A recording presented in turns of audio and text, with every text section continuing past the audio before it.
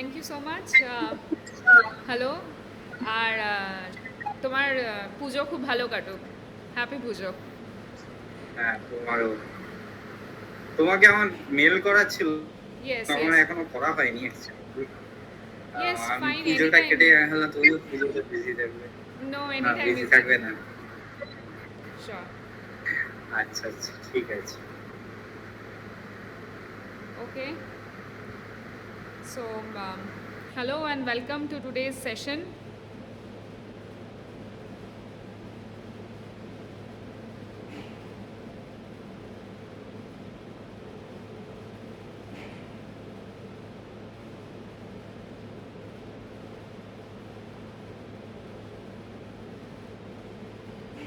Okay, so let's begin the live session of Immunology Week 9. And in today's session, I will be discussing the complement pathway.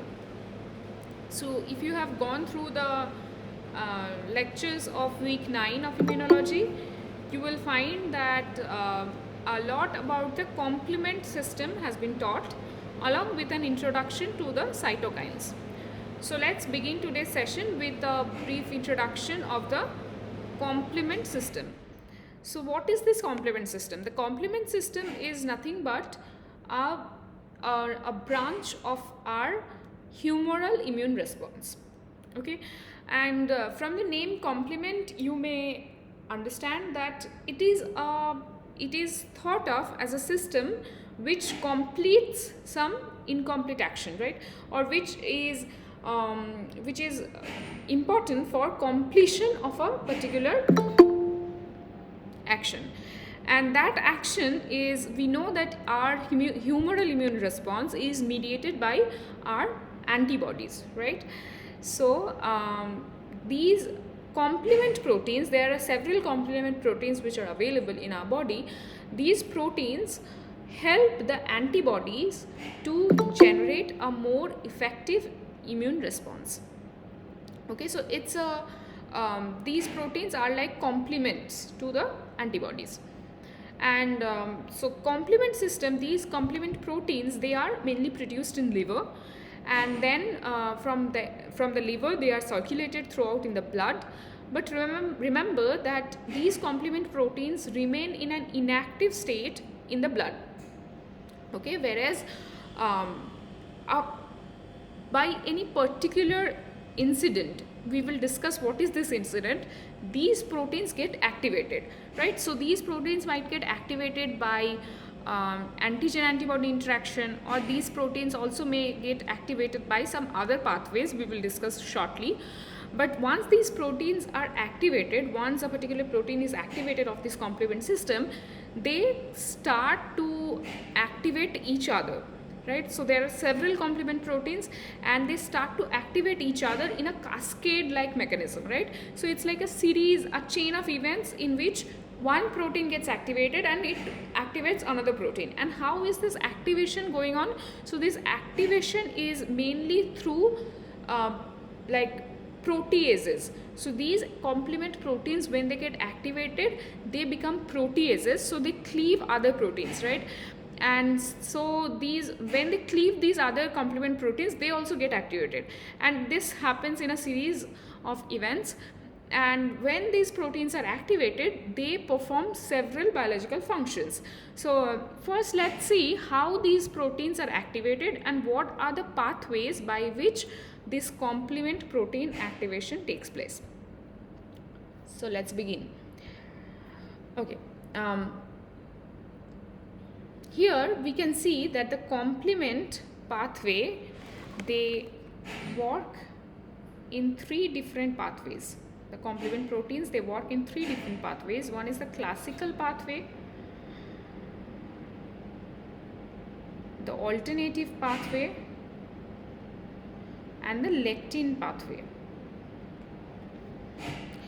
Now the interesting point in these three pathways is that the classical pathway is the only pathway which is antibody dependent. Okay, so it is dependent on the action of the antibodies, or basically it is dependent on antigen antibody interaction. Whereas the two other pathways, the alternative pathway and the lectin binding pathway, they are not dependent on antibodies. Alright, so now coming to the first pathway which we will discuss is the classical pathway. Just give me 1 second.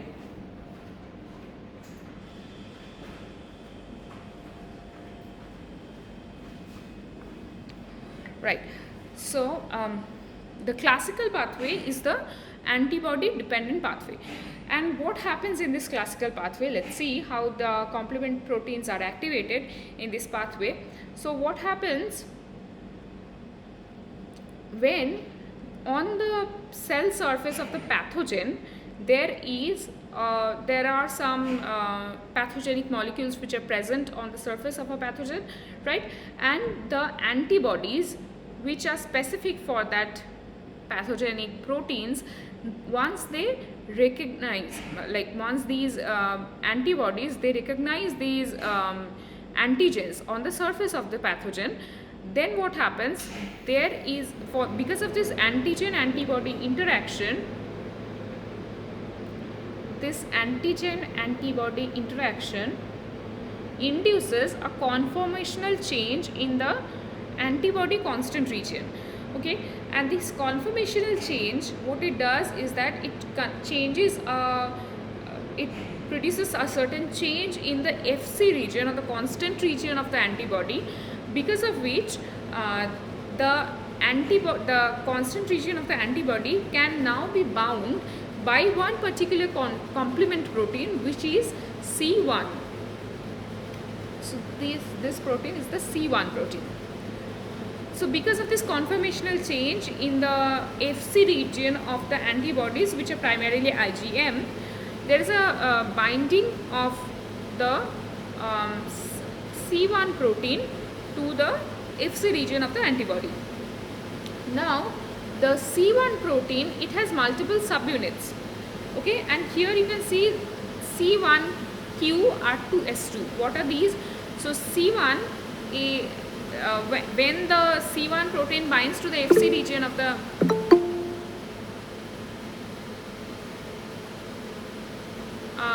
yes, complementary pathway or the complementary proteins, that is what we are discussing today, Rajkumar.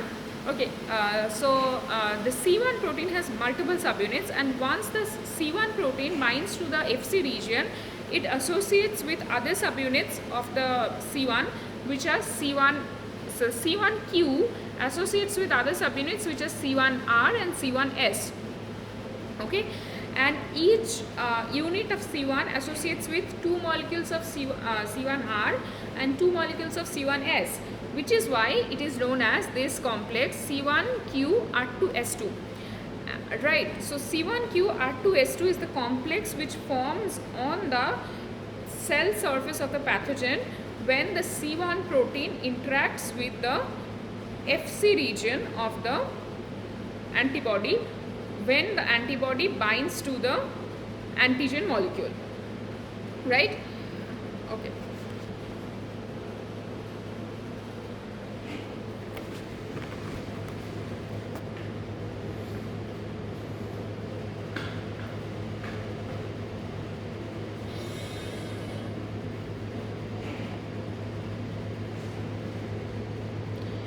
Okay, so now this C1q-R2S2 complex forms on the cell surface of the pathogen, and most importantly, this is now, once it is activated, it becomes a protease, and its protease function cleaves two other complement proteins, which are C2 and C4. Okay, and once this like in all this complement cleavage, there are 2 products that are formed. One is a smaller product and another is a larger product. The smaller product is given this notation A, and the larger product is given this notation B, right? So suppose this is a C2 protein, it is cleaved into this smaller portion which is C2A, and the larger portion which is C2B. Okay, so this is how the proteins are notified, they're like named like this. Okay, so this C1Q2S2 now cleaves C2 into C2A and C2B, and also it cleaves C4 into C4A and C4B. Now what happens, these proteins, once they are activated, the C2B and C2A and C2B and C4A and 4B, what happens is that this C2 combines or joins with the C4B, and you can see this complex C4B2A complex is formed. So C4B2A is nothing but the cleavage products of C4 and C2. And how are they cleaved? They are cleaved by the C1Q2S2. Okay, so C4B2A, this protein which forms here, is a C3 convertase. What does that mean? Convertase is any protein which can it is like an active protease which can cleave any particular protein, the target protein, right? So C4B2A is a C3 convertase, which means that it can convert C3 into C3A and C3B. Okay, so you can see here C3 can be cleaved by into C3A and C3B by the C4B2A. Now this is what is happening in the classical pathway. This is the beginning of the classical pathway. Now a very similar event also occurs in the lectin binding pathway, where although the lectin binding pathway is not dependent on the antigen antibody interaction. Then how is this lectin binding pathway activated? So let's see that. So lectins are these complex carbohydrate molecules, right? And there are several lectin binding proteins like mannose binding lectin, phycoline. These are some lectins. Okay, what do? They bind to several carbohydrates, right, which are present on the surface of the pathogen. So these are the carbohydrate molecules which can be present on the surface of the pathogen, which are recognized by the mannose binding lectin, phycoline, these type of proteins, right? And once this mannose binding lectin binds to these carbohydrates, what happens is that they also associate with a serine protease, which is this one, membrane associated serine protease 1 or membrane associated serine protease 2. Okay, so these lectin proteins, once they bind to the carbohydrates, once they recognize the carbohydrates on the pathogen surface, they also associate with these serine proteases, and from the name protease you understand that they will be able to cleave certain proteins. What are these certain proteins? These are nothing but the same C2 and C4. Okay, so these also now cleave C2 and C4 into the same products, C2A2B and 4A4B. Alright, so now also similar to the classical pathway, this 2A and 4B, they combine with each other and they form this C3 convertase C4B2A. Okay, and C4B2A, So, yes, just to interrupt, yes. how they are getting this C2, C4? Like, is it like those C2, C4 is coming really close? Because I can see these are not moving thing, right? No, actually Like these this proteins are like streaming in the blood. So these all proteins C2, C4, they are present in the bloodstream, and once like they start, like once the C1 is activated, for example, once it binds to the target, then what happens, the other proteins which are in contact, they start to get cleaved and they start to become activated. Okay, so to get cleaved, they have to come in contact in Yes, this yes. NBL. So that also moving along the blood. Yes. So both are moving in the blood. So when they come in contact, they cleave. Both are moving in the blood, both are in the bloodstream, but once the C1 recognizes the FC region of the antibodies, they come and sit on the surface of the pathogen, right? Yeah. And then they start to cleave the other proteins which are in vicinity. Okay. Okay.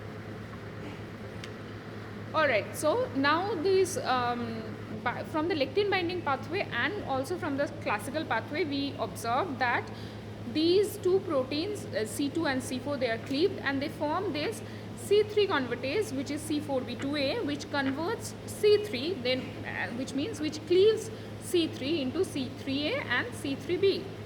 Now remember, actually, if you go through the lectures, Sir has also time and again mentioned that this C3b is the wonder molecule of the complement system. Why is he mentioning this wonder molecule? Because the C3b is the central component of the complement system, because many pathways can originate from C3b. Why so? Let's see. So this C3, you can see that C3 is converted into C3a and C3b. This alternative pathway, I'm coming to it later on. Okay, so C3 is converted into C3a and C3b, and C3b can act in two different ways. One is C3b can directly come and bind to the surface of the pathogen, okay, and it can help in opsonization process. So opsonization, you know, it's the once the proteins, the complement proteins, they bind to the pathogen surface, they are then opsonized by a phagocyte, right? Whereas C3b can also form a membrane attack complex, or C3b can also help to form a membrane attack complex. How that is happening, we will see later. But another important pathway that C3b is participating in is the alternative pathway. Now, alternative pathway, remember that alternative pathway is a signal amplification pathway, okay, and it only can initiate once there is C3b available. Okay, the cleaved product of C3, which is C3b, once that is available, only in that time this C3, this alternative pathway can initiate. And why is so? That because the alternative pathway starts with the engagement of the factor B and factor D with the C3b. Okay, so the C3b associates with factor B and factor D, and then what happens is that with the help of factor D, this the factor B is now cleaved into BB. So factor B is cleaved into two portions, right? The smaller portion is BA and the larger portion is BB. So now this factor D is helping the factor B to get cleaved into BB, and now this C3b associates with this BB to form another C3 convertase, which is C3b-BB. Okay, so remember this C3b-BB only forms in the alternative pathway, right? So now we have two types of C3 convertases. One is C3b-BB and another is C4b2A. All right. All of these C3 convertases, now what can they do? They can cleave C3 to form C3a and C3b. All right. Now C3a, it functions in inflammatory pathways. Okay, we will see that in the next slide. But C3b, I told you that it can directly opsonize the pathogen, or it can associate with other factors, like C3b can now associate with C4b2A to form C4b2A3b, or C3b with the help of this another complement protein propyridine, it can associate with C3b-BB, so to form C3b-BB C3b, right? So you can understand C3b is associating with the other C3 convertases to form another convertase, which is a C5 convertase. Okay, so C3b is associated with C4b2A, or C3b is associating with C3b-BB to form these C5 convertases. Remember, these are the C5 convertases. Now obviously, what will be the action of the C5 convertase? It will convert C5 into C5a and C5b, right? And what is the role of this C5a, 5b? C5a can actually help C3a to enhance inflammation, so they will help in inflammation pathways, C3a and C5a. The soluble products, these are the soluble products.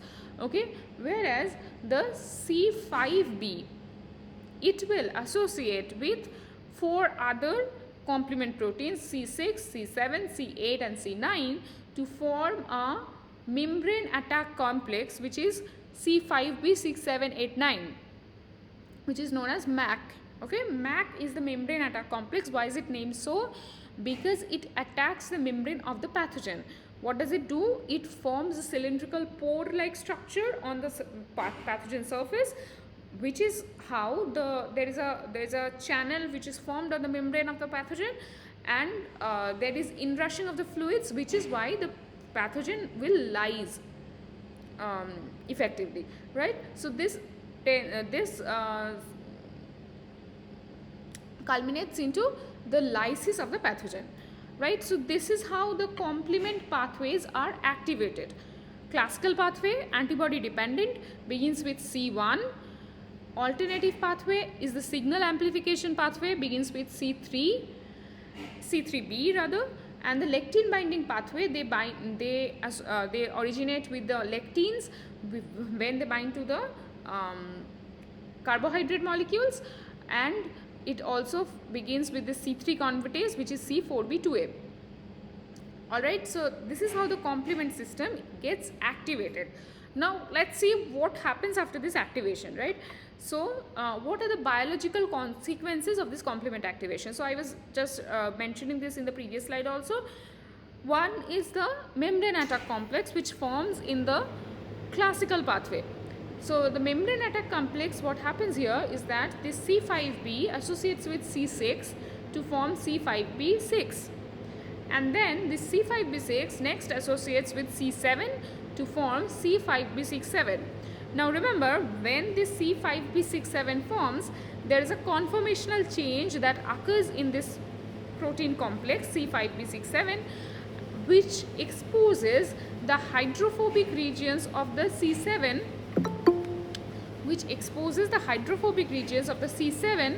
to the outer side, or to the surface of the C7 protein, right? Now this C7, the hydrophobic patches, what they can do is that they can get into, or they can actually invade into the hydrophobic region of the membrane, right? So remember, this C5b67 complex is able to insert itself into the membrane because of this transition to hydrophobic patches, the exposure of the hydrophobic patches on the surface of the protein, right? But however, it again associates with other proteins.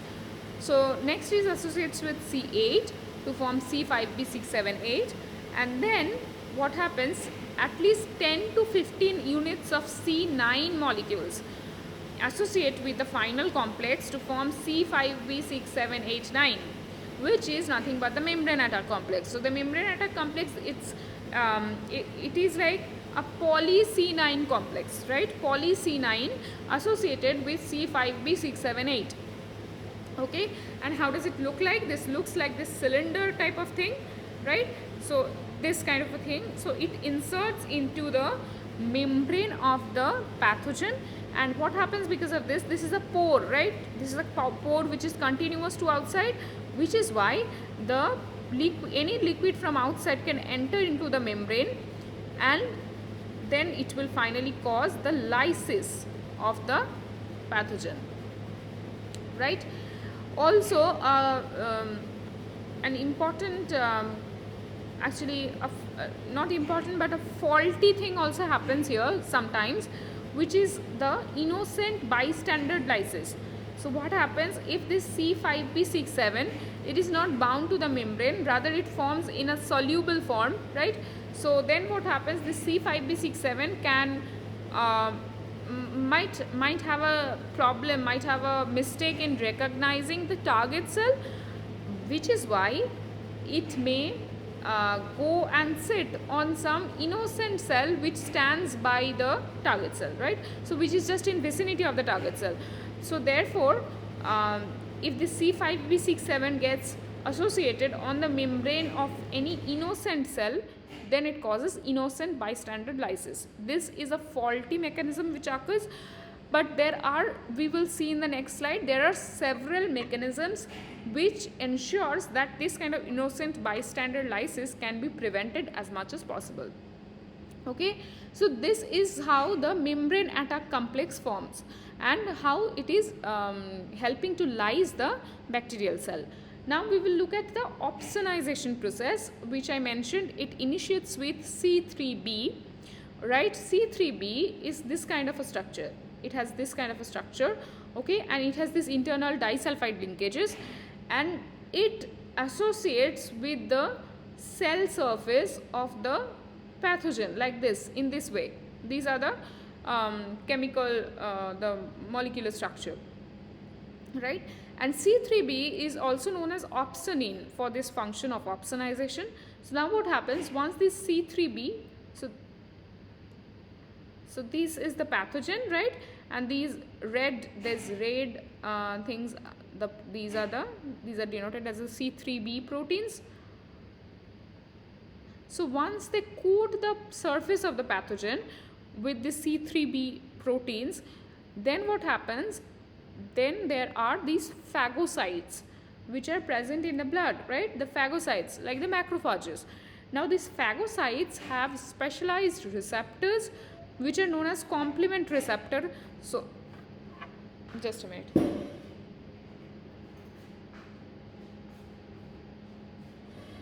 So this is complement receptor 1 or CR1, which recognizes this C3b on the surface of the pathogen, right?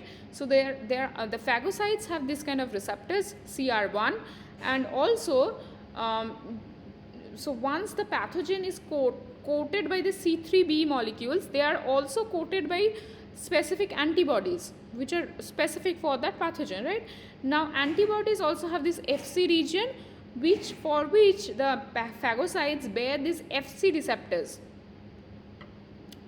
These are what? These are Fc receptors, and these are complement receptors. So both these two types of receptors, they help to bind the phagocyte to the pathogen, right? And what it does finally, it internalizes the pathogen by the interaction of these kind of receptors, the complement receptors and the Fc receptors, and this internalization causes nothing but the phagocytosis, right? So this is the opsonization process by which the antibody molecules are helped with the help of these complement proteins, right? And the last but not the least, the inflammatory pathways which are initiated by these complement proteins. And I told you that the soluble molecules, the C3a, C5a, these mediate the inflammatory response of the complement pathway. And what happens is that these C3a, C5a, these molecules can bind to their specific receptors on the surface of these granulocytes.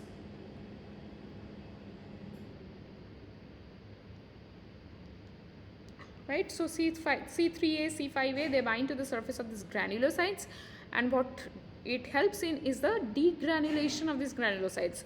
So you know what are these granulocytes? They contain these granules, right? The granules of, for example, histamine, the inflammatory granules, histamine, prostaglandin, for example. There are like leukotrienes also. So degranulation of these inflammatory molecules will now cause inflammation, right?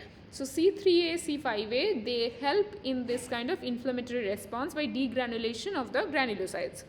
Also, these C3a, C5a, they may also act as chemoattractants. So you know that chemoattractants are the molecules which can attract specific cells to any specific region, right? And these are what? These are the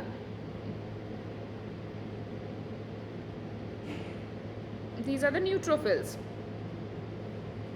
So these neutrophils, they are crossing the blood barrier, they are this is the extravasation event that is occurring, right? And because of which the C3a and C5a, they actually function in attracting the neutrophils to the site of action.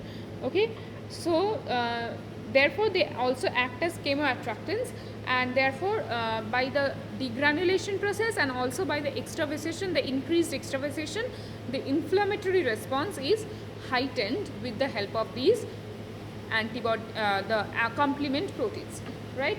So these are the three ways that complement pathway is manifested, like it is it acts on the pathogen in these three pathways: membrane attack complex, opsonization, and inflammation. So does anyone have any doubt till this?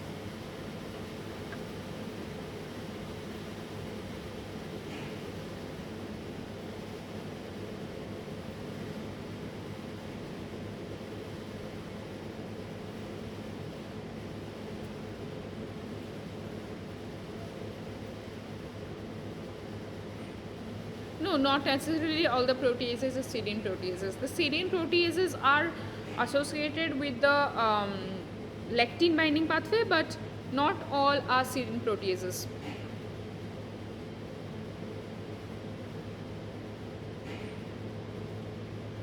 Yes, opsonization occurs on the pathogen surface.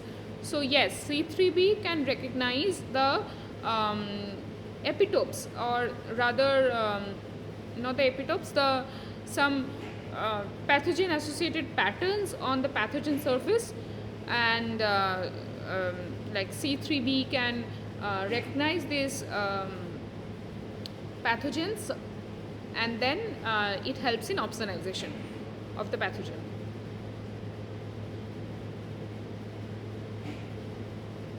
Yes, there is no involvement of MHC molecules in the lectin pathway. No.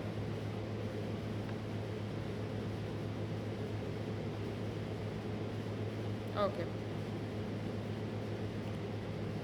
Okay, any other query?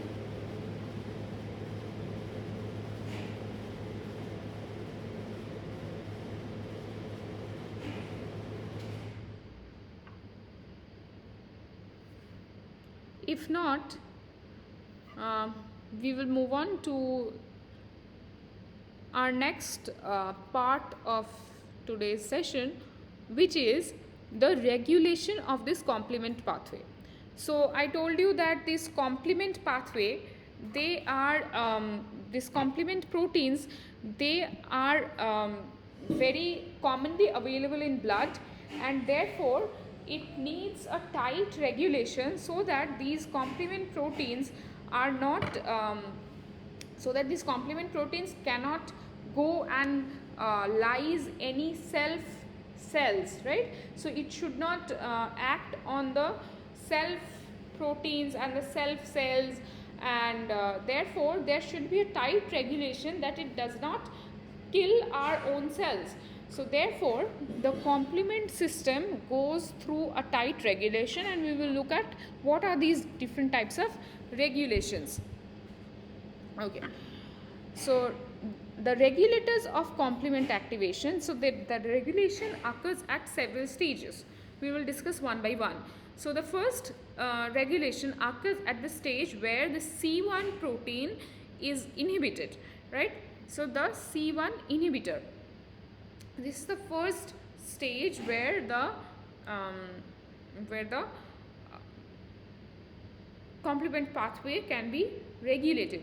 So the C1 protein is inhibited from activation. So the C1 inhibitor binds to the C1 protein, and it does not allow the C1 protein to get activated. This is the first stage where the classical pathway can be regulated, right? Next is there if suppose the C1 protein is activated and it forms the C1q2S2 complex, then there should be other rounds of regulation, other checkpoints. So the next checkpoint is when the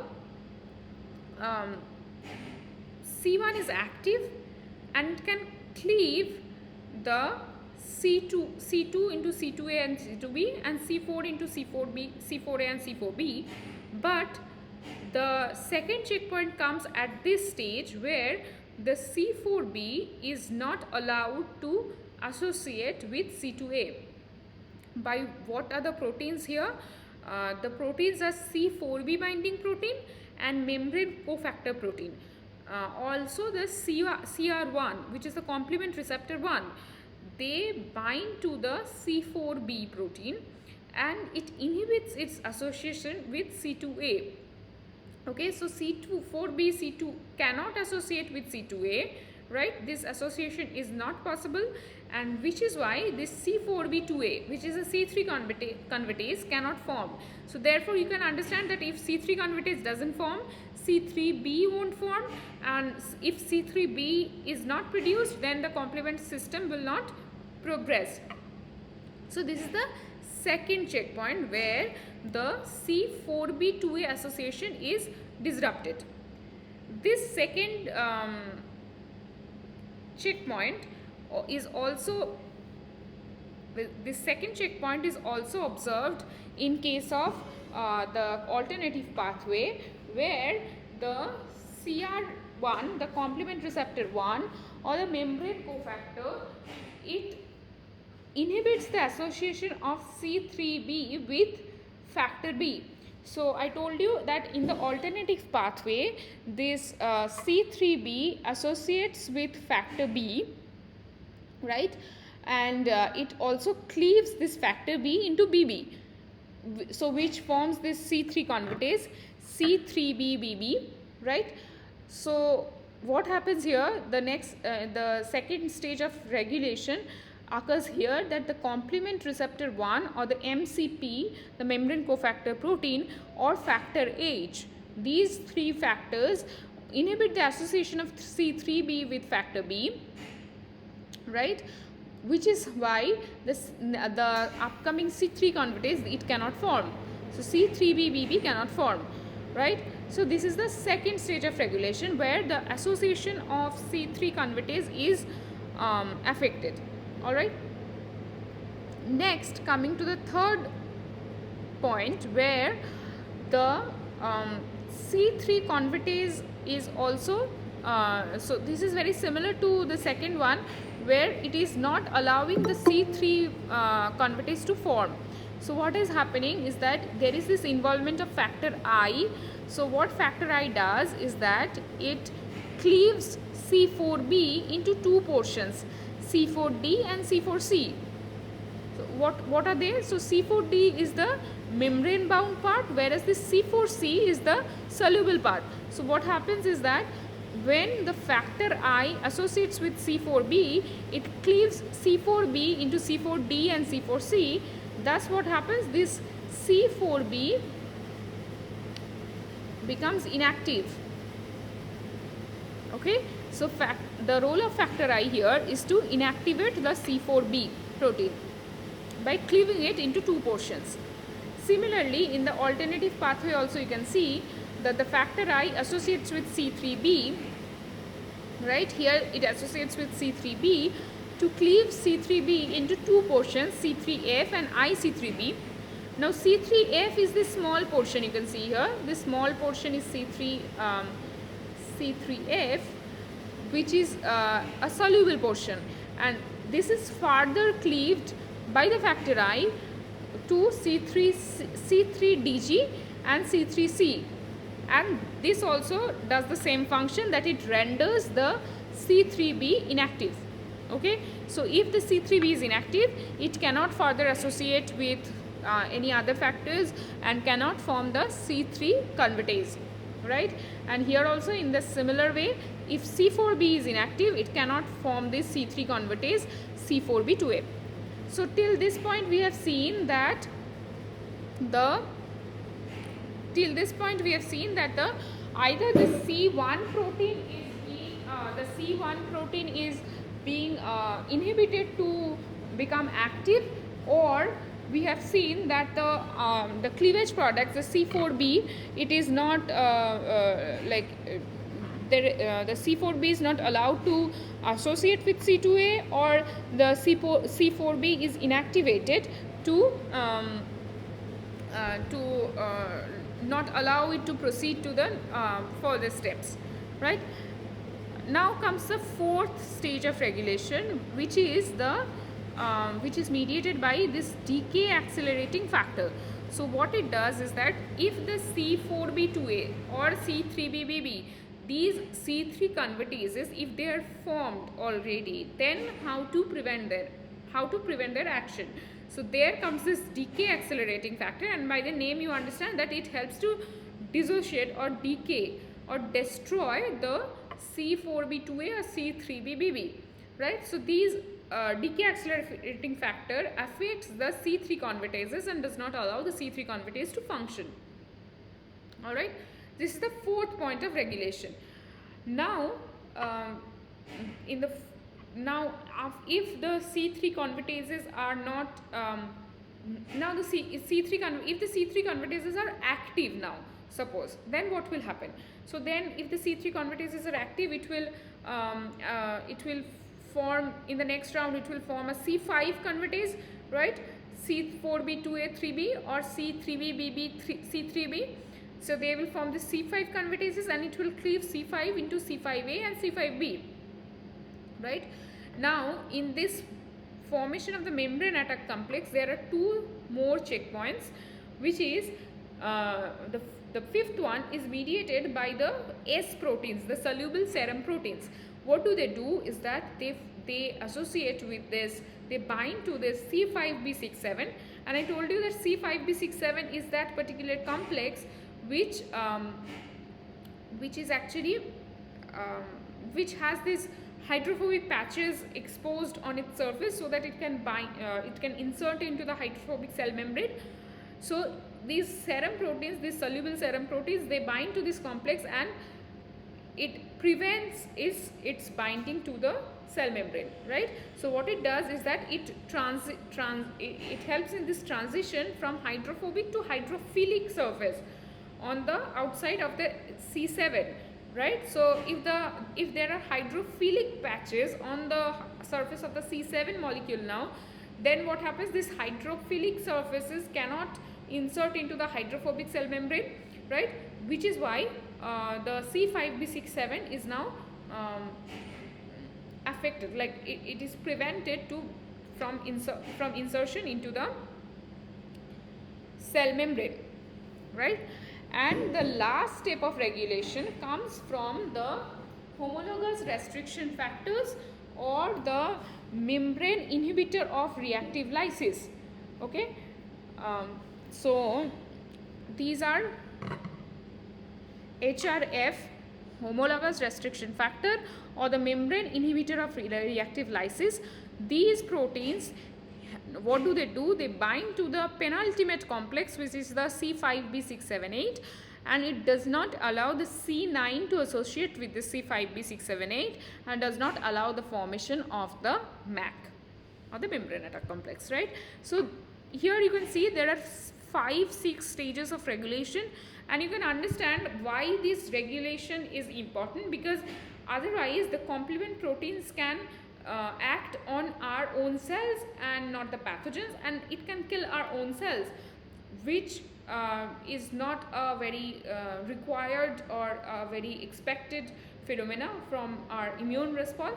So which is why we need to have this strong regulation, this strong this tight regulation across the complement pathway, which is mediated by several different complement proteins, which tries to regulate the complement system at several pathways, right, at several steps. So is that clear?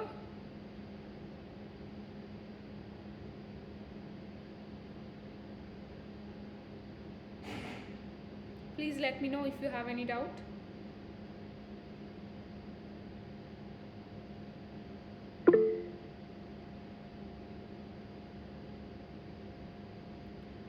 All right,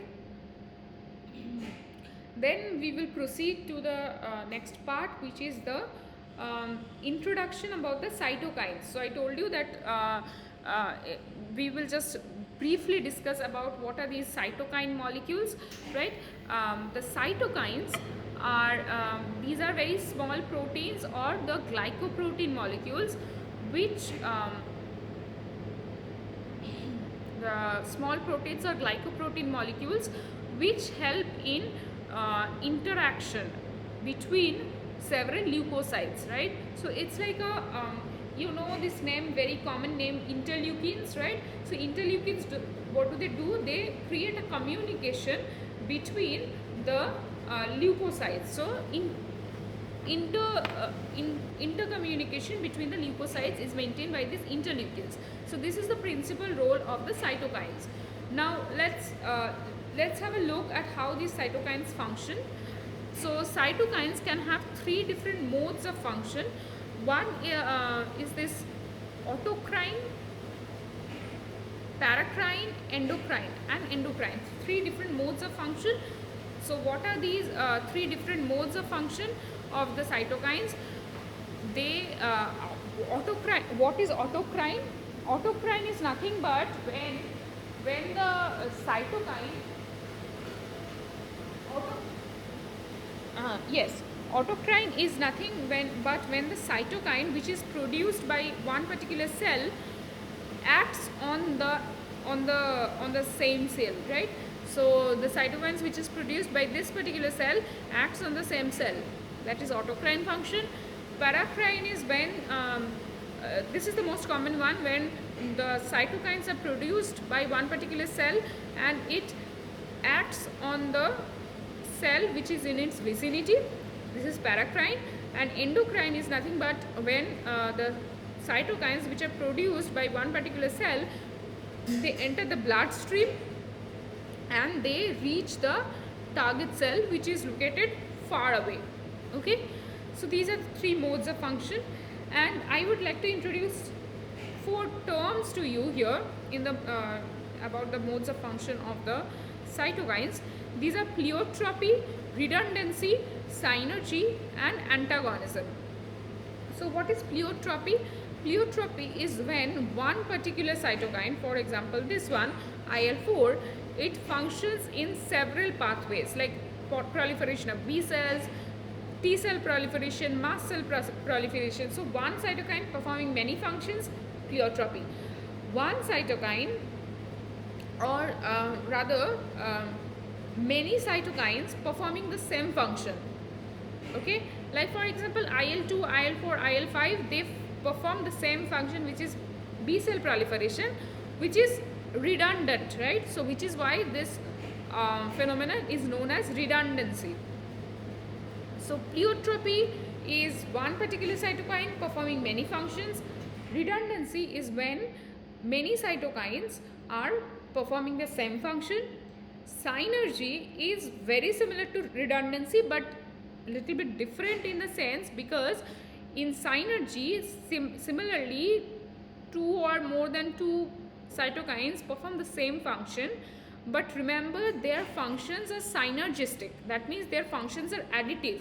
So you need both these two cytokines to be able to initiate this particular function, right? So for example B cell class switching, for B cell class switching we need both these cytokines, IL-4 and IL-5. So that is synergy, right? So how is this different from redundancy? Redundancy is when all these cytokines can perform the same function, but they are not indispensable, right? So one cytokine can also perform this function and that will be enough for the cell, right? But whereas synergy is different. In synergy you need both these cytokines to perform this function.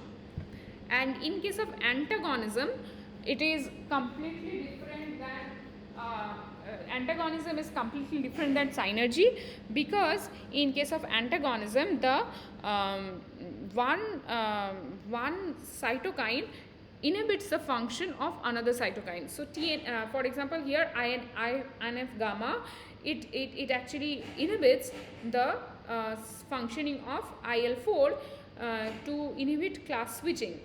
Okay, so that is antagonism. So these are the four different modes of function: pleiotrope, redundancy, synergy, and antagonism. Now let's come to the what are these cytokine molecules, right?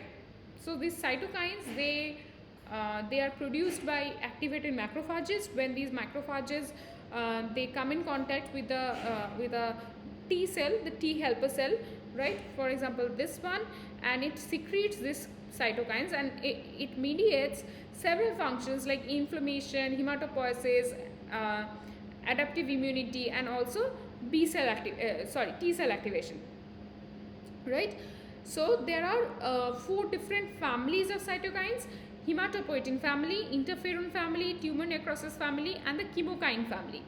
Hematopoietin family is the most common family, and interferons are these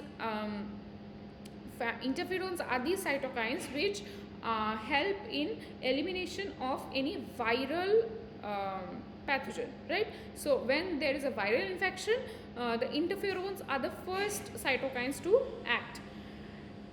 And then there is tumor necrosis family, and TNF alpha, TNF beta, and the chemokines. The chemokines are also a class of cytokines which help in chemoattraction, right, or chemotaxis. Now cytokines, how do they mediate their function? So cytokines are associated with their receptors. So when the cytokines bind to their specific receptors, they mediate a downstream signaling, right? And so therefore you understand that the receptors of the cytokines are also very important, like the cytokines. So there are several classes of these cytokine receptors. Let's have a look at them. So this is a very brief introduction about the cytokines. In the next session and in the next week also, we will go through details of these cytokines. What are they, how are they working, right? So let's just briefly introduce the types of receptors that the several cytokines bind to. They are like number one is immunoglobulin family of receptors. The important cytokine that binds to immunoglobulin type of receptor is IL-1. Number two is class 1 receptors. Class 1 receptors are the major family of cytokine receptors, and there are several cytokines like IL-2, IL-3, IL-4, IL-5, 6, 7, 9, GM-CSF. There are these several cytokines or the interleukins that bind to the class 1 receptors. The class 2 receptors are dedicated for the interferon family. Okay, so IF and gamma, alpha, beta, gamma, these bind to the class 2 receptors, right?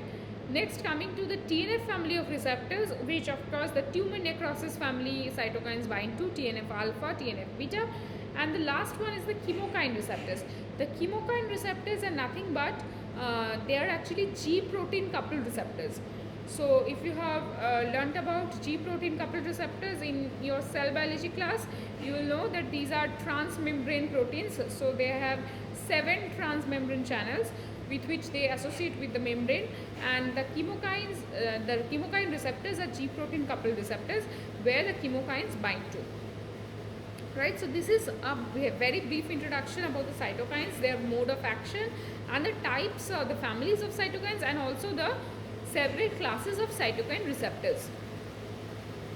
So do you have any question here?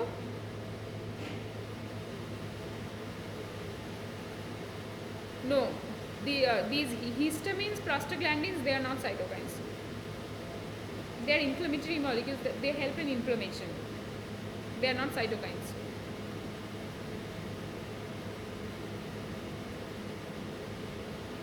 Okay.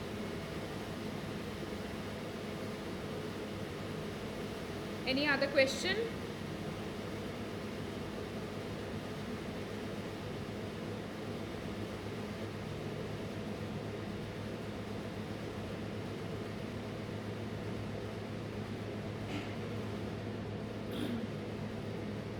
If you don't have any other questions, then I will proceed to the question answer section. Okay, let's do that.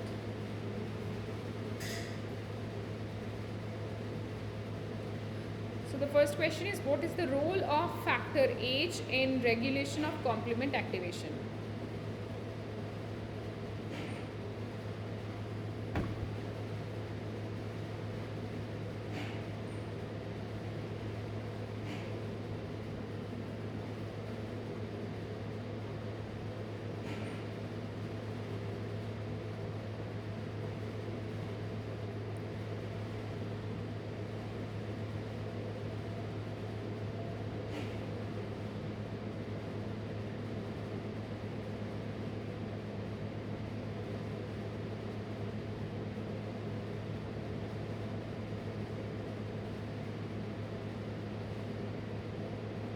Okay, so many of you said D, but D is not the correct answer.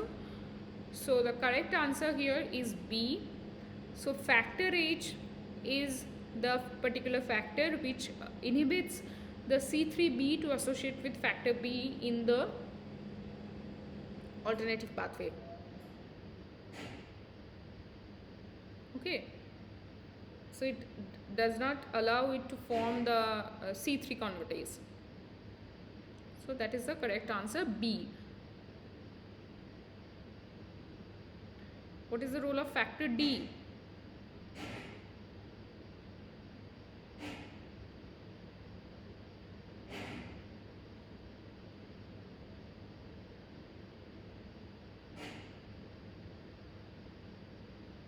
Factor D, here you can see that factor D is not a regulatory protein. Factor D associates with C3b and factor B, which helps to cleave factor B into BB. So the role of factor B is to cleave factor B into BB.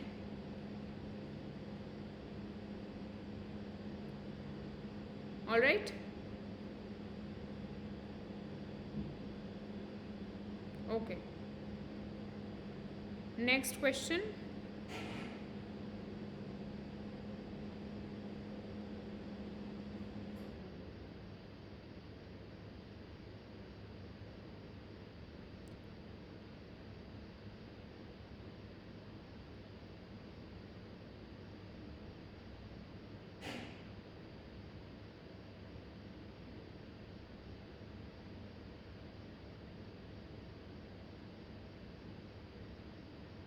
Okay, all your answers are correct. It is the both the A and B, which is homologous restriction factor and the membrane inhibitor of reactive lysis. So that is the correct solution. The third question here.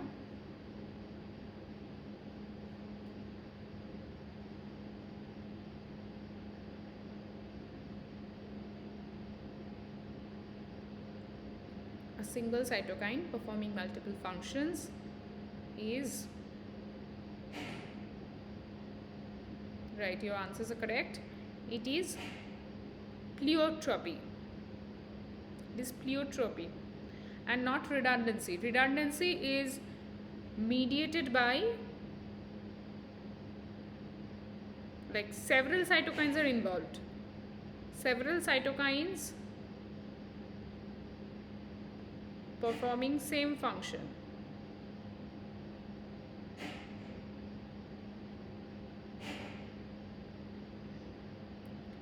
And pleiotropy is single cytokine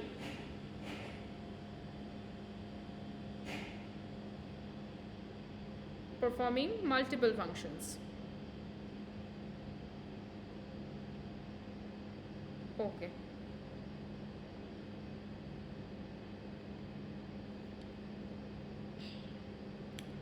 Coming to the fourth question.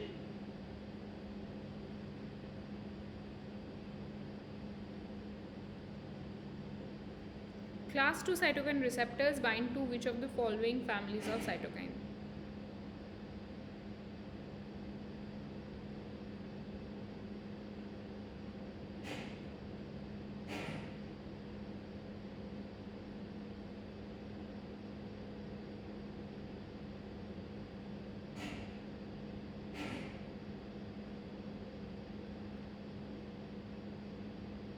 Yes, it is correct.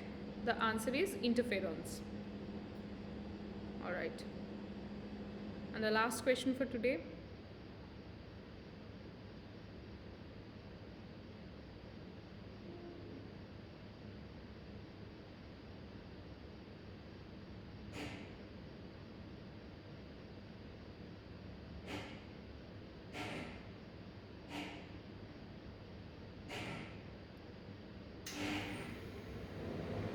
Which one is the antibody independent pathway?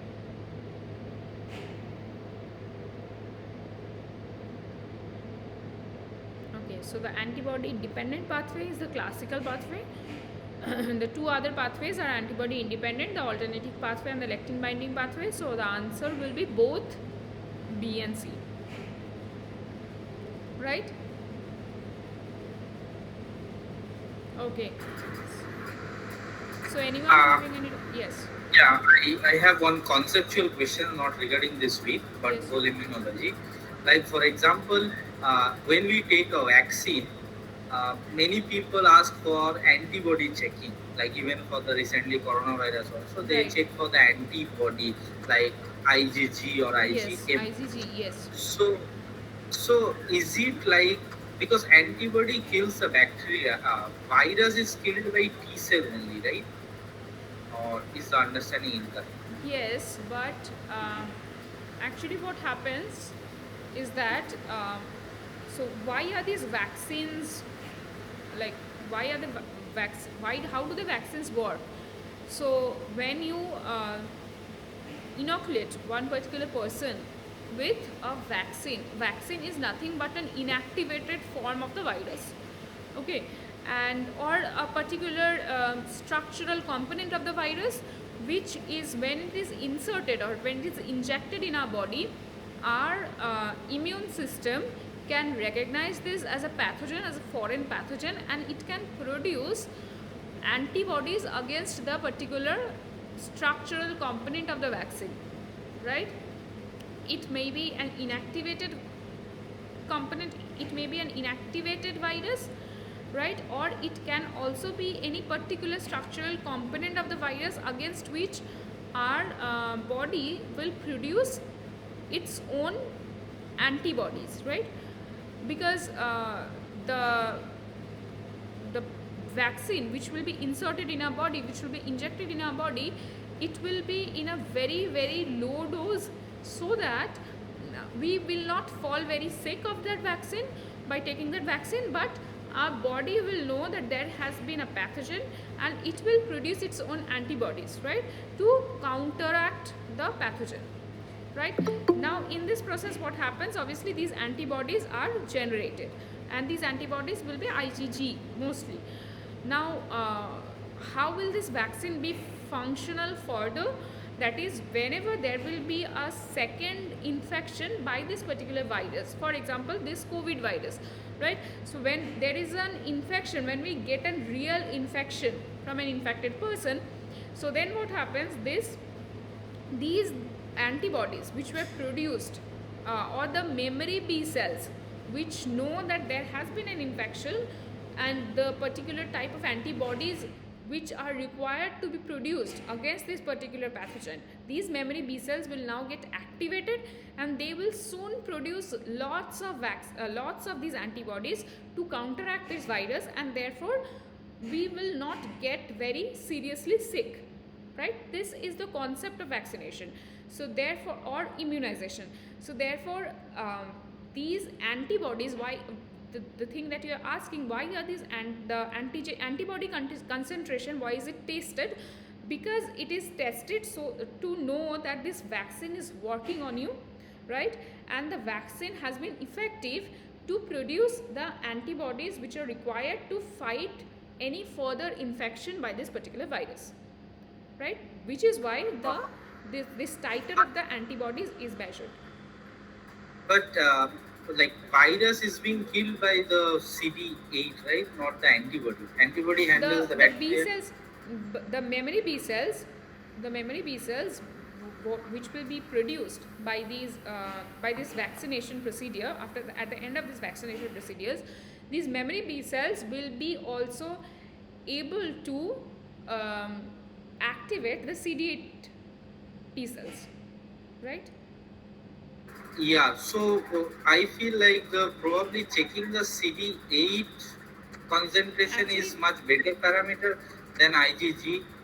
actually the point is, unless and until we get a real infection, this CD8 pool won't be much highly expressed, right? You get my point? Not during the vaccination procedure. After the vaccination procedure, our antibodies will be present, but not the CD8 pool, which is required to fight off this infection. But later on, if we get a real infection, then the CD8 pool will be produced from the activated memory B cells, right? So therefore, and also due to the ease of the test, CD8, like testing the how many CD8 T cells which are active against this particular COVID virus is very difficult, because you need to do this facts, like, right, flow cytometry techniques you have to use, which is very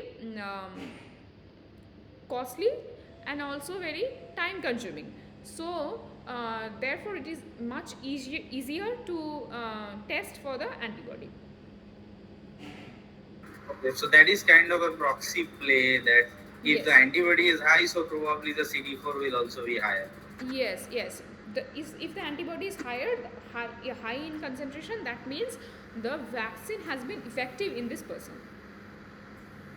Okay. Okay. Thanks for the clarity. Okay, and also one more thing is that not only after the vaccination, people are also getting tested for IgG titer after they had a COVID infection, right? So even after like 1 or 2 weeks of the COVID infection, if someone is infected, they can check the antibody titer and they will find that the IgG concentration is very high in that particular person. So whenever there is an infection, our body produces lots and lots of IgGs, and like this has become a standard procedure more or less, that to test for the concentration of IgG after somebody gets infected with COVID, if that person wants to check. Is it CD4, CD8 that measurement is commercially available? Yes, it is commercially available, but it is like very costly, because you understand, like it involves this flow cytometry, and you have to purchase this instrument, the fax instrument, which is not a very cheap thing, like it's costly. Okay. All right, any if there is any other doubt.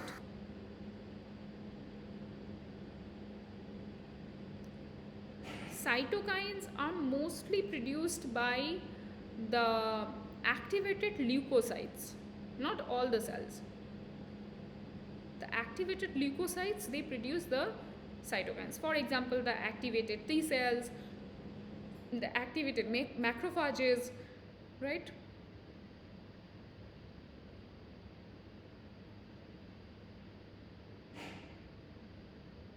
Okay.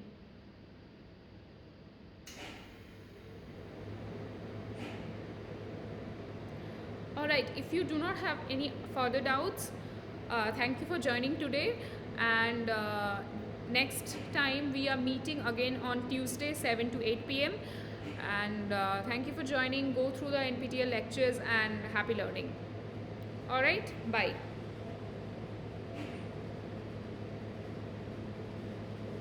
Bye bye.